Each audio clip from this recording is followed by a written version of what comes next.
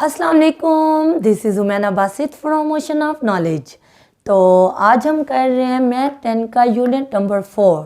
ये जो चैप्टर है इसका नाम है पार्शियल फ्रैक्शंस और इसकी हम एक्सरसाइज 4.4 कर रहे हैं, लेक्चर नंबर 6।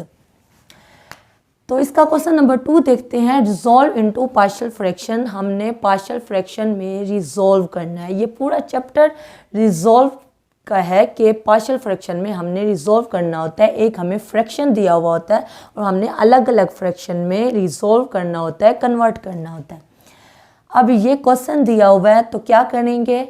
अगर आप मेरे साथ सारी एक्सरसाइज कर चुके हैं तो आपको पता है कि पार्शियल फ्रैक्शन को हल करने का एक पूरा प्रोसीजर है, उसको हमने स्टेप बाय स्टेप फॉलो करना होता है।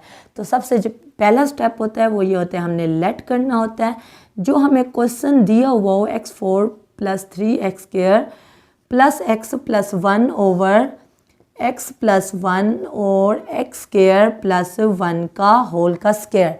सबसे पहले हमने ये देखना होता है कि जो डिनोमिनेटर है, जो फ्रैक्शन हमें दिया हुआ है क्वेश्चन, उसमें जो डिनोमिनेटर है नीचे वहाँ फैक्टर्स होने चाहिए। देखें, एक ये फैक्टर है, दूसरा ये फैक्टर है। तो ये शर्त तो पूरी हो गई कि फैक्टर्स मौजूद हैं। उसके बाद हमने क्या करना होता है, जो फैक्टर सिंपल होता है यानी कि लीनियर होता है, यहाँ x की पावर 1 है, जब कुछ शो नहीं हो रहा होता तो x की पावर 1 होती है, यहाँ x की पावर 2 है। लेकिन इस फैक्टर में जो x + 1 वाला फैक्टर है, इसमें x की पावर 1 है, लीनियर है। जब जो फैक्टर हो वो लीनियर हो यानी x की पावर 1 हो तो हम उसके ऊपर एक कैपिटल लेटर लिख लेते हैं, सिंपली। ठीक है, बात समझ आ गई।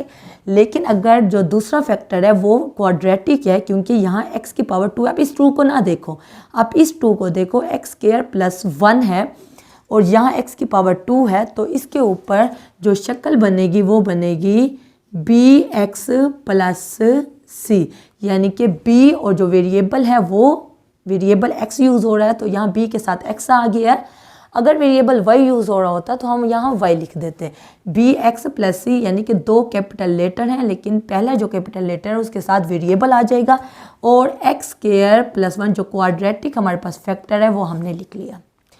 अब ये बात हमेशा ज़हन में रखनी चाहिए, x² + 1 के ऊपर होल का स्क्वायर है, यानी कि ये 2 मरतबा है। तो पार्शियल फ्रैक्शन में हमें क्या करना होता है, हम इसको 2 फैक्टर्स कंसीडर करेंगे, एक x² + 1 अकेला और एक x² + 1 का होल का स्क्वायर। ये 2 फैक्टर्स हैं। तो क्योंकि दूसरा फैक्टर जो है वो भी क्वाड्रेटिक है, क्योंकि x² + 1 की बात हो रही है, तो यहाँ आ जाएगा x² + 1, क्योंकि एक दफ़ा 1 के साथ आया है, क्योंकि यहाँ पावर 2 है तो एक दफ़ा 2 के साथ आ जाएगा।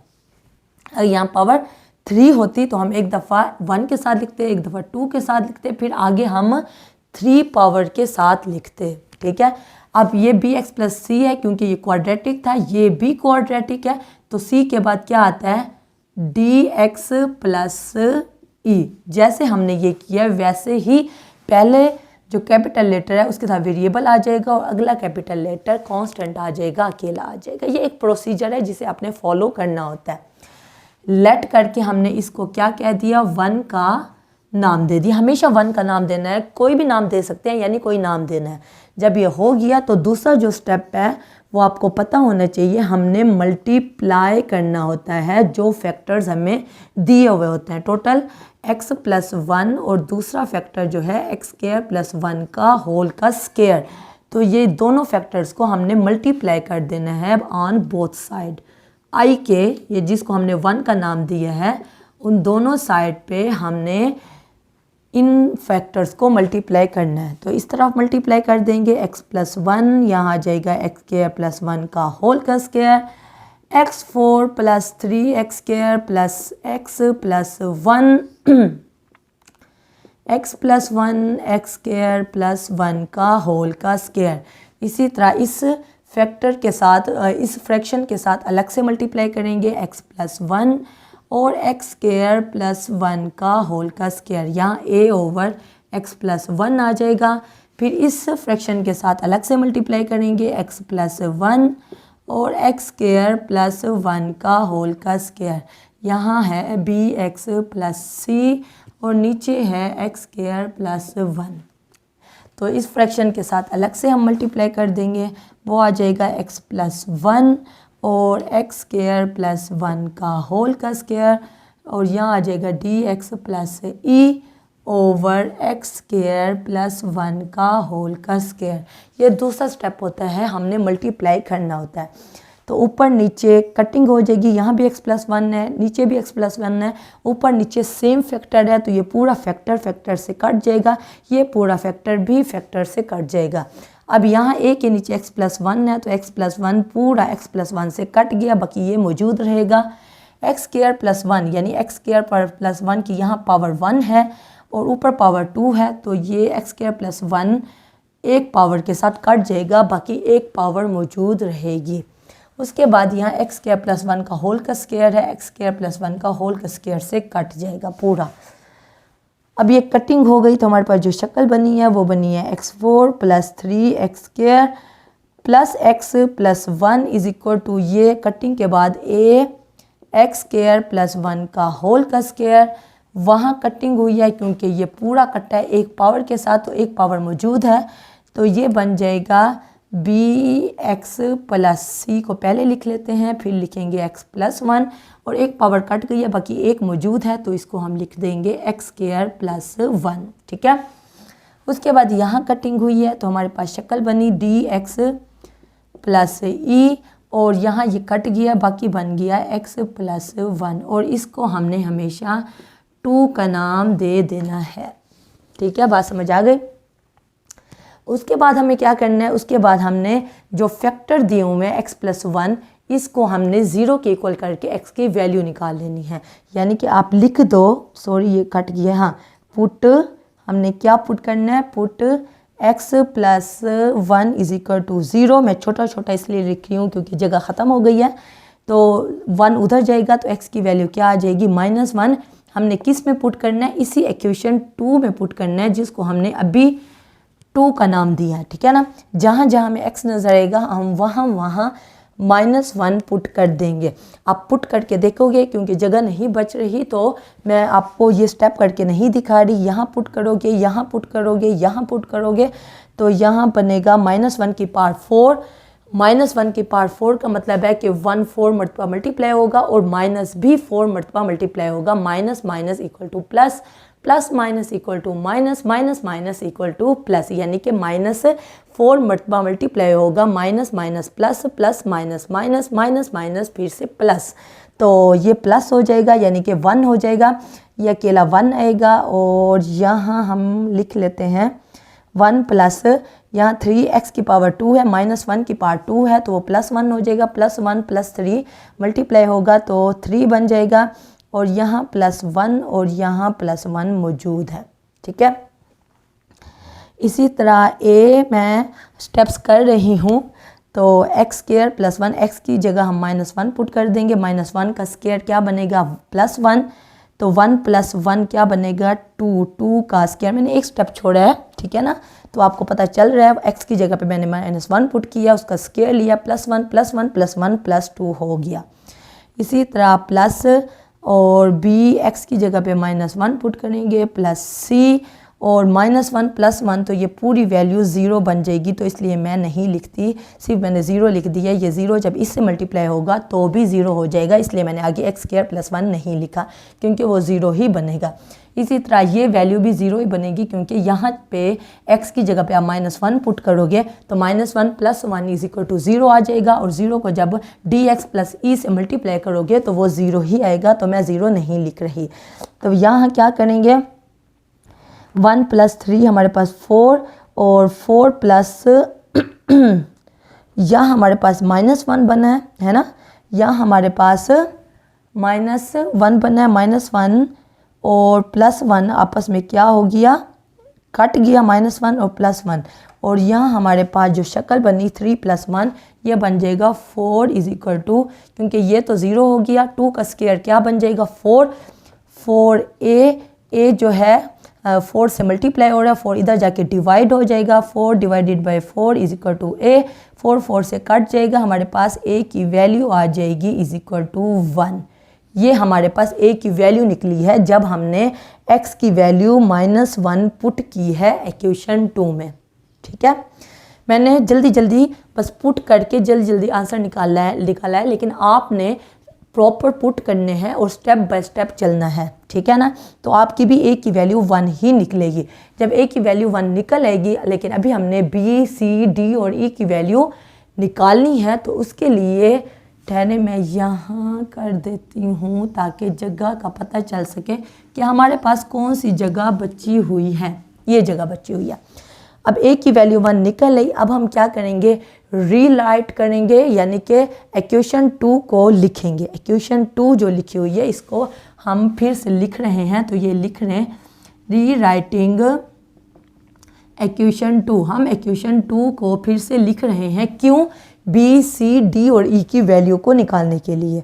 तो ये मैं लिख रही हूँ x4 + 3x², यहाँ लिख दूँ x4 + 3x² + x + 1 + x + 1 = अब ए को पहले इसको खोल लेते हैं। x² + 1 का होल का स्क्वायर है, यानी कि a + b का होल का square, a² + b² + 2ab formula है, तो a वैसे ही रहेगा।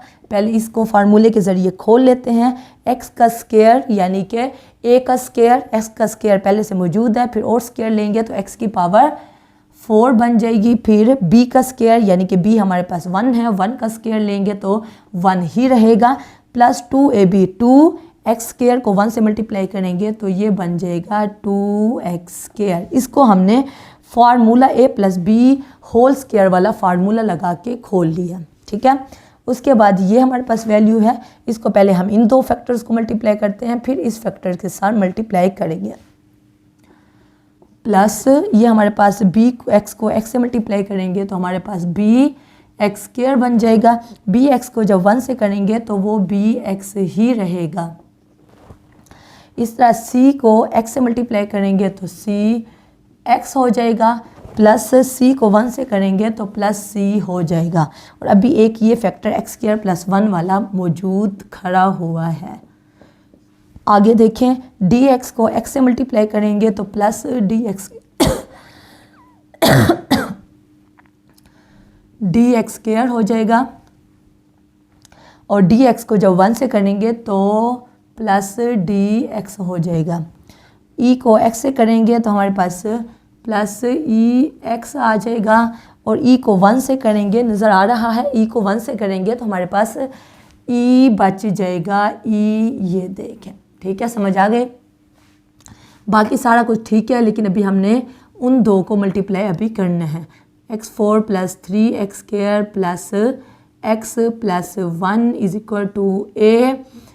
a को हम खोल लेते हैं, a को मल्टीप्लाई करते हैं। ax4 + a + 2ax², a को मैंने इससे भी मल्टीप्लाई किया, इससे भी और इससे भी मल्टीप्लाई कर दिया।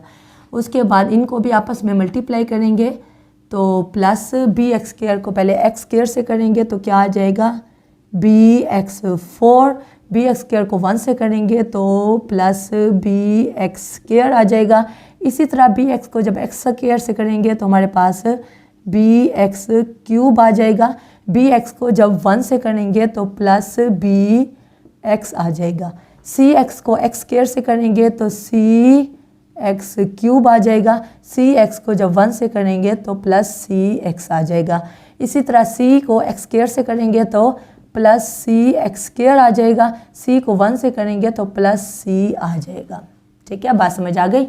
उसके बाद इसको भी ब्रैकेट से हम निकाल लेते हैं, plus dx² plus dx plus ex और प्लस e, ये सारे हमने खोल लिए हैं, ठीक है, समझ आ रही है। अब हम क्या करेंगे, जो x4 वाले हैं उनको इकट्ठा कर लेंगे, जो x³ वाले हैं उनको इकट्ठा कर लेंगे, जो x² वाले हैं उनको इकट्ठा कर लेंगे, जो x वाले हैं, और फिर जो x के बगैर वाले हैं, कॉन्स्टेंट्स हैं, उनको हम इकट्ठा कर लेंगे। तो देखिए ax4 और यहाँ bx4 और कोई x4 वाला नहीं है, तो हम इनको इकट्ठा कर लेते हैं। कहाँ लिखें, यहाँ लिख लेते हैं। तो ये मौजूद है x4 + 3x² plus x + 1, ax4 + bx4, इन दोनों में x4 कॉमन है, तो हम a + b ले लेते हैं और x4 को कॉमन लिख लेते हैं, ये दोनों हो गए। उसके बाद x क्यूब वाले इकट्ठा करते हैं। देखिए एक ये x क्यूब वाला है और एक ये x क्यूब वाला है, तो यहाँ भी हम b और c को इकट्ठा कर लेंगे और सॉरी यहाँ x नहीं आएगा b और c को इकट्ठा कर लेंगे और x क्यूब इनमें कॉमन ले लेंगे। उसके बाद x स्क्वायर वाले देखते हैं। x स्क्वायर वाले एक ये है 2ax स्क्वायर तो यहाँ 2a आ जाएगा, x स्क्वायर कॉमन है और यहाँ प्लस b आ जाएगा ये वाला। उसके बाद देखें x स्क्वायर वाला कौन सा है और ये है प्लस c आ जाएगा और प्लस d आ जाएगा और यहाँ x स्क्वायर कॉमन आ जाएगा। इसी तरह x वाले फिर हम कॉमन लेते हैं। मैं निशान इसलिए लगा रही हूँ ताकि याद रहे कि ये हो गए, आप भी ऐसा ही किया करें। अब x वाले देखेंगे, देखें x वाले कौन से हैं, bx, ये देखिए यहाँ से स्टार्ट हो रहा है, मैं नीचे लिख रही हूँ, यहाँ पे लिख देती हूँ। तो b कॉमन, b ले लेंगे, x कॉमन आएगा, उसके बाद प्लस c ले लेंगे और उसके बाद प्लस d ले लेंगे और फिर ex है तो प्लस e ले लेंगे और x हमारे पास कॉमन आ जाएगा। उसके बाद जो कांस्टेंट टर्म है देखें, यहाँ भी निशान लगा लें, यहाँ भी निशान लगा लें और यहाँ भी निशान लगा लें, ठीक है। ये हमारे सारे हो गए। अब हमारे कांस्टेंट रह गए, कांस्टेंट यानी कि जो x के बगैर वाले हैं। तो यहाँ हमारे पास ब्रैकेट में हम लिख लेते हैं a लिख लेते हैं, देखें ये हो गया, उसके बाद ये हो गया था, उसके बाद c है प्लस c, उसके बाद प्लस e है। देखें बड़ा लेंथी और मुश्किल काम है, काम इतना मुश्किल नहीं है लेकिन देखना पड़ता है कि कोई चीज़ दरमियान में मिस ना हो जाए, तो इसलिए आप नीचे निशान लगा दो जैसे मैंने निशान लगाए हैं। तो ये सारा हो गए। अब हमने क्या करना है, अब हमने कंपेयर करना है, यानी कि लेफ़्ट हैंड साइड और राइट हैंड साइड के कोफिशिएंट्स को हमने कंपेयर करना है। तो यहाँ x4 के कोफिशिएंट से कंपेयर करेंगे। तो लिख लें आप, मेरे पास जगह नहीं है तो मैं नहीं लिख रही, मेरे ख्याल में मैं ये इरेज़ ही कर दूँ, ठहरे ये मैं इरेज़ कर देती हूँ, आपको यहाँ समझ आ गई है ताकि नीचे आपको अच्छे तरीके से समझ आ सके, ठीक है। ठीक है, ये जगह हमारे पास बच गई। अब हमने क्या करना है कंपेयर करना है कोफिशिएंट्स को, लेफ्ट हैंड साइड और राइट हैंड साइड के कंपेयर करना है कोफिशिएंट्स को। यहाँ x4 है, x4 का जो कोफिशिएंट है यहाँ a प्लस b है, या x4 का कोफिशिएंट 1 है, जब कुछ शो नहीं हो रहा होता तो 1 होता है। तो हम क्या लिखेंगे, बाय कंपेयरिंग लिख लो a plus b is equal to 1, इसको आप ये छोटे 1 का नाम दे दो। फिर हम x3 के कोफिशिएंट को कंपेयर करेंगे, x3 के जो कोफिशिएंट हैं वो हैं b प्लस c, यहाँ x क्यूब वाले मौजूद नहीं हैं तो इसको 0 के इक्वल कर देंगे, जो मौजूद नहीं होगा उसका कोफिशिएंट हम 0 रख लेंगे ठीक है। उसके बाद x क्यूब के बाद x स्क्वायर वाले कोफिशिएंट कंपेयर करेंगे, यानी कि 2a plus b plus c plus d x square. यहाँ x स्क्वायर को x स्क्वायर से जब हमने कंपेयर किया तो इसका कोफिशिएंट बराबर हुआ किसके, 3 के, तो इसको हमने 3 के इक्वल कर दिया और इसको हमने 3 का नाम दे दिया, ठीक है। अब उसके बाद x वाले हम देखते हैं, x वाले कौन से हैं, b plus c plus d plus e।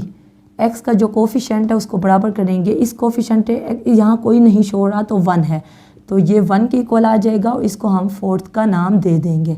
उसके बाद जो x के बगैर वाले हैं कॉन्स्टेंट्स, उनको हम इकट्ठा कर लेंगे, a c प्लस e किसके बराबर करेंगे, यहाँ जो कांस्टेंट है वो 1 है तो इसको हमने 1 का नाम दे दिया और 1 के बराबर कर दिया और इसको हमने 5th का नाम दे दिया।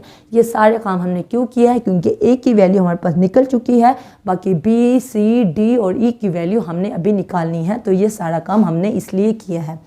अब a की वैल्यू हमें मौजूद है तो बाय 1 करके, यानी इक्वेशन 1 में हम a की वैल्यू पुट करेंगे, a की वैल्यू क्या है, 1 है, तो 1 plus b is equal to 1 है, तो 1 उधर जाएगा, b is equal to 1 minus 1 हो जाएगा जो कि 0 हो जाएगा, तो ये हमारे पास b की वैल्यू निकल आई। इसी तरह a और b की वैल्यू निकल चुकी है, तो हम इक्वेशन 2 में हम यहाँ लिख लें बाय 2, हम 2 में बी की वैल्यू पुट करेंगे तो सी की वैल्यू आ जाएगी। बी की वैल्यू हम 0 पुट करेंगे plus c is equal to 0, तो 0 प्लस 0 0 ही बनता है, तो सी की वैल्यू भी हमारे पास 0 आ गई।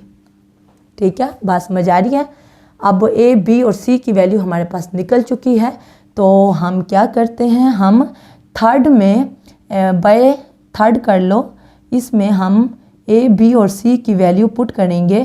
क्या है 2a हमारे पास क्या निकला है 1 निकला है, प्लस b हमारे पास 0 है और c भी हमारे पास 0 है, plus d is equal to 3 है। ऐसे ही है, तो 0 0 0 ही रहेगा, 2 होगा, 2 जब उधर जाएगा तो हमारे पास d की वैल्यू क्या आ जाएगी 3 माइनस 2, क्योंकि 2 1 are 2 और 2 जब उधर जाएगा तो माइनस 2 हो जाएगा और d की वैल्यू हमारे पास 1 बन जाएगी। ठीक है, अब हमने सिर्फ e की वैल्यू निकालनी है, तो देखिए हम फोर्थ में पुट करके देख लें या फिफ्थ में, क्योंकि फिफ्थ में थोड़ी वैल्यू है तो फिफ्थ में पुट करते हैं। a की वैल्यू बाय हम लिख लें बाय फिफ्थ। a की वैल्यू हम क्या पुट करेंगे जो हमने पहले निकाली थी जो कि 1 है, तो फिफ्थ में हम पुट कर रहे हैं, a की वैल्यू 1 पुट करेंगे, प्लस c की वैल्यू 0 पुट करेंगे और प्लस e हमने निकालना है इज इक्वल टू ये 1 है, तो 1 उधर जाएगा तो e की वैल्यू हमारे पास क्या निकलेगी 1 माइनस 1 हमारे पास 0 निकलेगी, तो इसका मतलब है ये e की वैल्यू हमारे पास 0 निकली है। देखें a की वैल्यू भी निकल आई, b की वैल्यू भी निकल आई, c की वैल्यू भी निकल आई, d की वैल्यू भी निकल आई और e की वैल्यू भी निकल आई। तो अब हम क्या करेंगे, इक्वेशन 1 में ये तमाम वैल्यूज़ हम पुट कर देंगे। तो यहाँ लिख लें बाय i हमने 1 का नाम इसलिए दिया था, i का नाम इसलिए दिया था ताकि जब हमारे पास a b c और d की और e की वैल्यू निकले तो हम इसमें पुट कर सकें। तो a की जगह पे क्या पुट करेंगे 1, तो हमारे पास बनेगी 1/x प्लस 1, प्लस b हमारे पास क्या निकला है 0 है, c भी 0 है, तो ये जब 0 न्यूमरेटर में हो तो पूरी वैल्यू 0 हो जाती है, तो इसको हम नहीं लिखेंगे क्योंकि b भी 0 है और c भी 0 है। उसके बाद हम इधर आते हैं, d की जगह पे हम 1 पुट करेंगे यानी कि 1x और e हमारे पास 0 है तो उसको नहीं लिखेंगे, तो 1 साथ लिखने की ज़रूरत नहीं होती। कोफिशेंट अगर 1 हो तो उसको लिखने की ज़रूरत नहीं होती, हमें पता होता है कि कोफिशेंट 1 है और नीचे आ जाएगा x स्क्वायर प्लस 1 का होल का स्क्वायर, और ये हमारा आंसर है क्वेश्चन नंबर 2 का। बात समझ आ गई। तो क्वेश्चन नंबर 2 बस लेंथ ही है लेकिन बहुत ही इजी है, मैंने आपको पूरा डिटेल से करवा दिया है। हमने बाय 1 जब हम a b c और d जब 5 वैल्यूज़ निकाल लेंगे तो इस इक्वेशन 1 में मैंने बस पुट कर दी है और ये हमारा आंसर निकला है। तो क्वेश्चन नंबर 3 भी बिल्कुल ऐसे ही है। जो क्वेश्चन नंबर 3 है वो है x square over x plus 1 x square plus 1 का होल का स्क्वायर। तो ये भी बिल्कुल क्वेश्चन नंबर 2 की तरह है।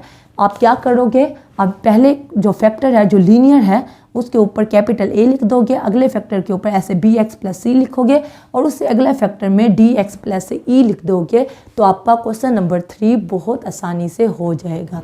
और आपकी जो a b c और d की वैल्यू निकलेंगी वो मैं आपको बता देती हूँ ताकि आपको पता चल जाए। a की वैल्यू निकलेगी 1/4 और b की वैल्यू निकलेगी -1/4, c की वैल्यू निकलेगी 1/4, d की वैल्यू निकलेगी 1/2 और e की वैल्यू निकलेगी -1/2। तो ये सारे फ्रैक्शंस में निकलेंगे। तो जब आप पुट करोगे तो फ्रैक्शन में a की जब वैल्यू पुट करोगे तो ऊपर न्यूमरेटर रहेगा और डिनोमिनेटर नीचे चला जाएगा, फैक्टर के साथ लिखा हुआ आएगा और फैक्टर ऐसे ब्रैकेट में आ जाएगा, यानी कि 1/4 है तो 4 नीचे आ जाएगा और इस तरह लिखा हुआ आएगा। क्वेश्चन नंबर 3 की मैं बात कर रही हूँ, ठीक है।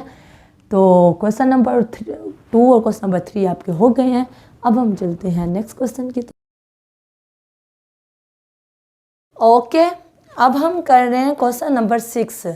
इसमें हमें जो क्वेश्चन दिया हुआ है x5 over x square plus 1 का होल का स्क्वायर। तो ये आपने हमेशा देखना होता है कि ऊपर जो पावर हो वो कम हो और नीचे जो पावर हो वो ज़्यादा हो। देखें ऊपर जो पावर है वो क्या है 5 है। अगर इसको फार्मूला लगा के a प्लस बी का होल स्क्वायर वाला फार्मूला लगा के खोलेंगे तो x की पार्ट 2 है, 2 की 2 क्या हो जाएगी 4। तो नीचे कम है ऊपर ज़्यादा है, लेकिन आपको क्या करना चाहिए ऊपर कम होना चाहिए और नीचे ज़्यादा होना चाहिए। तो इस वक्त जब इस तरह की कंडीशन हो कि नीचे पावर जो हो वो कम हो और ऊपर पावर ज़्यादा हो, तब हम इसको डिवाइड करते हैं। जैसे डिवाइड करने का सिंपल तरीका है, अगर 5/4 लिखा हुआ हो तो आप 5 को अंदर लिखते हो और जो नीचे वाली वैल्यू है उसको 4 बाहर लिखते हो। मैंने वैसे ही x5 ऊपर वाली वैल्यू है जैसे कि 5 है, उसको मैंने अंदर लिख दिया है और नीचे वाली वैल्यू को a प्लस b का होल स्क्वायर वाला फार्मूला लगा के a² plus b² plus 2ab का फार्मूला लगा के खोल लिया है। x2 का पावर 2 यानी कि 2 2s are a का स्क्वायर x4 बन जाएगा, b का स्क्वायर 1 का स्क्वायर 1 ही रहेगा। 2ab 2a हमारे पास x² है और b हमारे पास 1 है तो 2x², यानी इसको मैंने जस्ट इस फार्मूले की मदद से खोला हुआ है। ठीक है, बात समझ आ गई। तो जो नीचे वाली वैल्यू है, जैसे 4 नीचे है इसको हम बाहर लिखते हैं, 5 ऊपर होता है उसको अंदर लिखते हैं। नीचे वाली वैल्यू को बाहर लिख दिया और ऊपर वाली वैल्यू को अंदर हमने लिख दिया। ये हम डिवाइड कर रहे हैं। क्यों डिवाइड कर रहे हैं?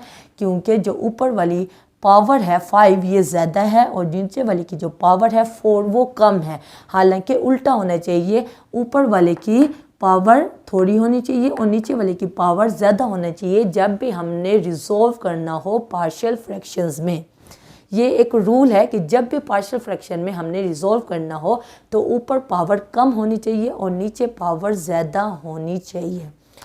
तो अब क्या, हमने ये x5 लगा दी। अब हमारे पास ये है x4 मौजूद है, हमने क्या बनाना है? x5 बनाना है। जैसे 4 मौजूद होते हैं, हमने 5 बनाना होता है तो हम 4 को 1 से मल्टीप्लाई करते हैं। या मिसाल के तौर पे यहाँ 16 होता है तो हम 4 को 16 बनाने के लिए 4 को 4 से मल्टीप्लाई करते हैं तो 16 बन जाता है। इसी तरह x4 को हमने बनाना है x5। x4 हमारे पास मौजूद है तो x4 को x से मल्टीप्लाई करेंगे तो x5 बन जाएगा। तो x4 को x5 से मल्टीप्लाई किया तो x5 आ गया। अब इस x को इससे भी मल्टीप्लाई करेंगे, इसी x को इससे भी मल्टीप्लाई करेंगे, यानी जितने टर्म्स दी हुई हैं उन सब से अलग अलग मल्टीप्लाई करेंगे। जब x4 को x से किया तो x5 आ गया, x को 2x² से किया तो प्लस 2x³ आ गया और x को 1 से किया तो x आ गया। तो क्या होता है, नीचे वाले साइन तब्दील हो जाते हैं। यहाँ माइनस है तो नीचे प्लस है, यहाँ प्लस है तो यहाँ माइनस है, यहाँ प्लस है तो यहाँ माइनस है। तो x5 से कट जाएगा क्योंकि यहाँ प्लस है और यहाँ हमारे पास प्लस है और यहाँ माइनस है।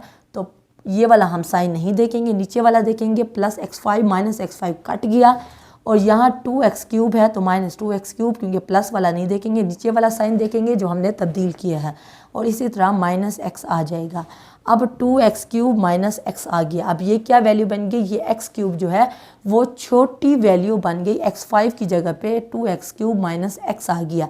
तो अब हम क्या करेंगे, जैसे तरीका होता था देखें 16 या मिसाल के तौर पे अगर हम 5 वाली मिसाल लें तो क्या होता था, 4 1s आर हम 4 करते थे और यहाँ 1 आ जाता था, ऐसे ही होता था।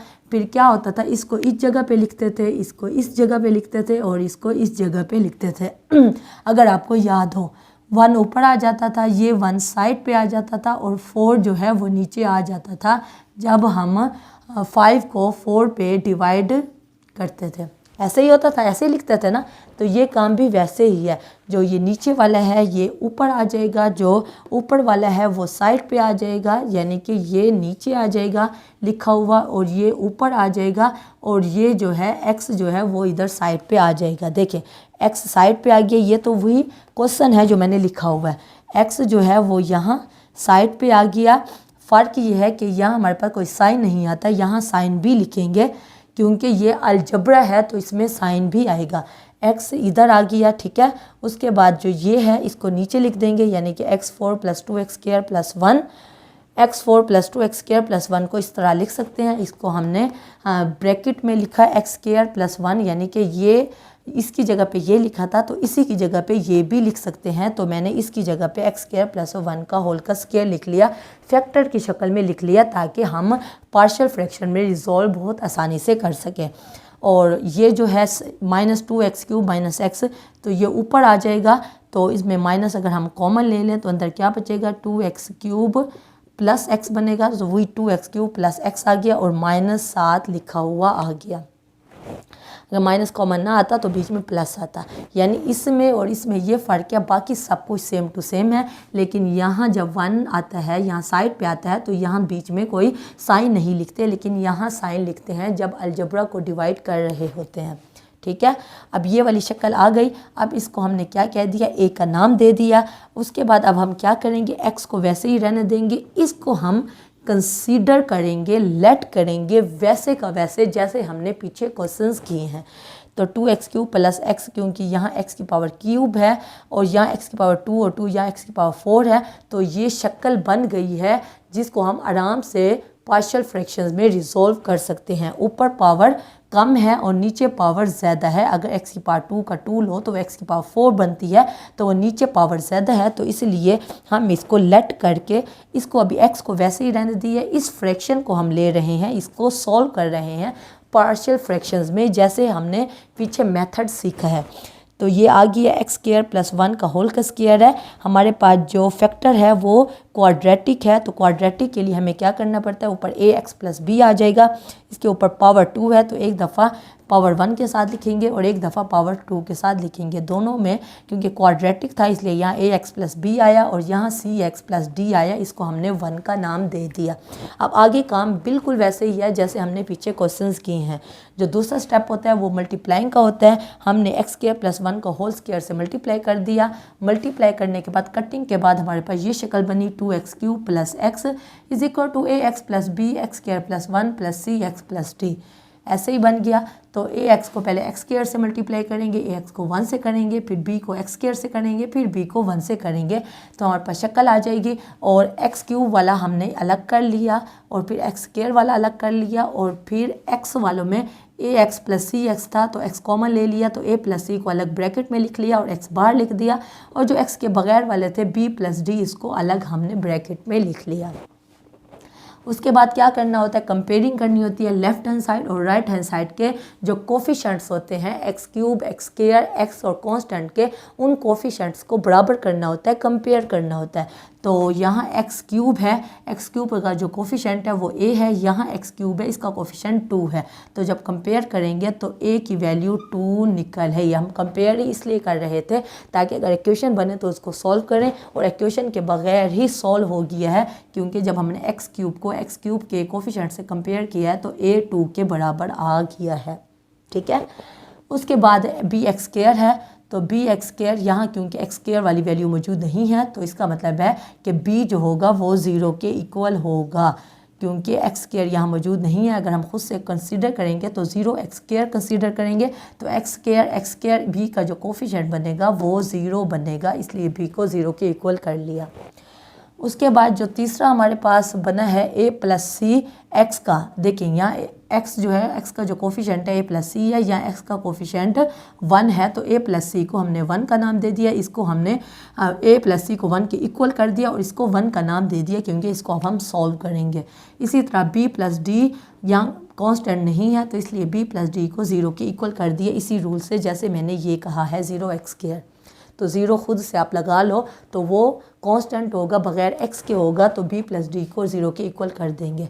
अब इसको 1 का नाम दिया, इसको 2 का नाम दिया। a और b हमारे निकल आए हैं, अब हमने c और d निकालने हैं। तो इक्वेशन 1 को हम सॉल्व करते हैं। a + c = 1, a की जगह पे 2 पुट करेंगे तो बाय 1, a की जगह पे 2 पुट कर दिया, c मौजूद है, 1 2 उधर जाएगा तो -2 हो जाएगा, 1 - 2 -1, ये हमारे पास c की वैल्यू निकल आई। अब हम क्या करेंगे, इक्वेशन 2 को सॉल्व करेंगे। b की वैल्यू हमारे पास मौजूद है 0, तो b की जगह पे 0 पुट करेंगे बाय 2। इक्वेशन 2 को सॉल्व करने हैं, b की जगह पे 0 पुट करेंगे और d = 0 है, तो 0 + 0 0 ही बनता है और d की वैल्यू हमारे पास 0 आ गई। अब a b c और d चारों की वैल्यूज़ आ चुकी हैं। तो अब हम इक्वेशन 1 में जहां हमने लेट किया था उसमें a b और c और d की वैल्यू पुट कर देंगे। मैंने लिख दिया है बाय 1, a की जगह पे 2 पुट करेंगे 2x, और b क्योंकि हमारे पास 0 है उसको मैंने नहीं लिखा, नीचे x² + 1 आ गया। c हमारे पास क्योंकि -1 है तो c की जगह पे माइनस लिख दिया और साथ x आ गया, और d जो है वो 0 है, मैंने नहीं लिखा, x² + 1। अब यहाँ तक आम तौर पे हमारा आंसर आ जाता है, लेकिन हमने इसको भी, इससे जो पिछला स्टेप था उसमें हमने कंसीडर किया था इस फ्रैक्शन को। ठीक है ना। हमने इस फ्रैक्शन को कंसीडर करके पार्शियल फ्रैक्शन कर दिया है, लेकिन यहाँ x और माइनस भी तो खड़े हुए हैं ना, तो इसलिए अब ये जो हमने आंसर निकाला है इसको, ये जो हमने आंसर निकाला है इसको a में पुट कर देंगे। तो लिख दें बाय a, सॉरी इसको a का नाम दिया है बाय a, हम a में पुट कर रहे हैं। तो a में आप पहले क्वेश्चन लिख दो, फिर x लिख दो, फिर माइनस लिख दो, उसके बाद ये जो हमने अभी आंसर निकाला है, ये जो अभी हमने आंसर निकाला है ये वाला, ये हम लिख देंगे। तो क्या आ जाएगा, माइनस है, माइनस अंदर मल्टीप्लाई होगा तो minus 2x over x square plus 1 आ जाएगा, और यहाँ माइनस पहले से मौजूद है तो माइनस मल्टीप्लाई होगा तो माइनस माइनस प्लस आ जाएगा। यही वैल्यू मैंने लिख दिया है x over x square plus 1 का होल का स्क्वायर। आपको लिखा होगा ठीक नज़र नहीं आ रहा होगा, लेकिन यही मैंने लिखा है एक्स स्क्वायर प्लस 1 का होल का स्क्वायर, ठीक है ना। यानी पहले हमने a b c और d की वैल्यू निकाल के आई में पुट की है, ये वाली इक्वेशन में पुट कर दिया। जब ये वाली इक्वेशन में डाल दिया है तो उसके बाद हमने इक्वेशन ए इस इक्वेशन में पुट कर दिया है, क्योंकि हमने यहाँ से लेट किया था इसको, इसका आंसर निकला तो हमने इसमें पुट किया। जब ये आ गया तो इसको फिर इसी ए में पुट कर दिया, एक्स माइनस करके जो आंसर निकला है, एक्स माइनस करके जो आंसर निकला है उसको हमने पुट कर दिया। माइनस दोनों फ्रैक्शन से मल्टीप्लाई हुआ तो पहले के साथ माइनस आ गया और दूसरे के साथ प्लस आ गया, और ये हमारा आंसर है क्वेश्चन नंबर 6 का। तो एक्सरसाइज 4.4 कंप्लीट हो गई है। उम्मीद है आज का लेक्चर आपको समझ आया होगा। मैंने बड़ी डिटेल से करवाया है, उसके बावजूद अगर कोई कंफ्यूजन हो, कोई मसला हो, कोई बात समझ ना आई हो तो आप नीचे कमेंट में पूछना, या मेरी प्रीवियस जो लेक्चर हैं एक्सरसाइज चैप्टर 4 के वो आप देख लेंगे तो आपको अच्छे तरीके से समझ आ जाएंगे। लेकिन फिर भी कोई कन्फ्यूजन हो, कोई मसला हो तो आप नीचे कमेंट में पूछना, मैं इंशाल्लाह नेक्स्ट क्लास में या कमेंट बॉक्स में उसका डेफिनेटली जवाब दे दूँगी। तो अगर आप मेरे चैनल पे नए हैं तो प्लीज़ मेरे चैनल को ज़रूर लाइक करें, और अगर आपको मेरी वीडियो थोड़ी सी भी इंफॉर्मेटिव लगी है तो मेरी वीडियो को ज़रूर लाइक करें। तो फिर मिलेंगे नए लेक्चर के साथ। अल्लाह हाफ़िज़।